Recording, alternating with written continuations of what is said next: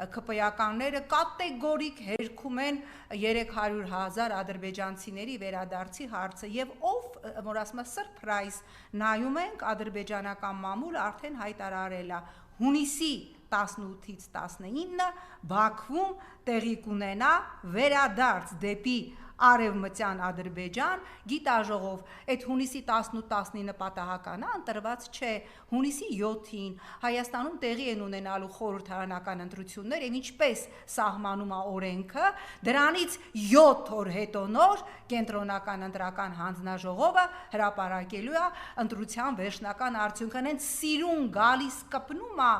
Ադրբեջանում նախատեսված վերադարձ դեպի Արևմտյան Ադրբեջան մեծ պետական ազգային ծրագրի ժամկետների հետ, որ էլ ասելու չի, այսինքն սրանք այս Ալիևա Էրդողանյան այս աջաբսանդալը այնքան վստահ է, որ այս ռեժիմը վերընտրվելու է, որ չի սпасել է, ասենք սեպտեմբերին անի, հոկտեմբերին անի, վրազ անմիջապես ընտրվել ես, всё, հունիսի 18-ից 19 Բաքվում դրված է, ուրեմն վերադարձ դեպի Արևմտյան Ադրբեջան եւ գործընթացի մեկնարկը պուսկը տրվելու է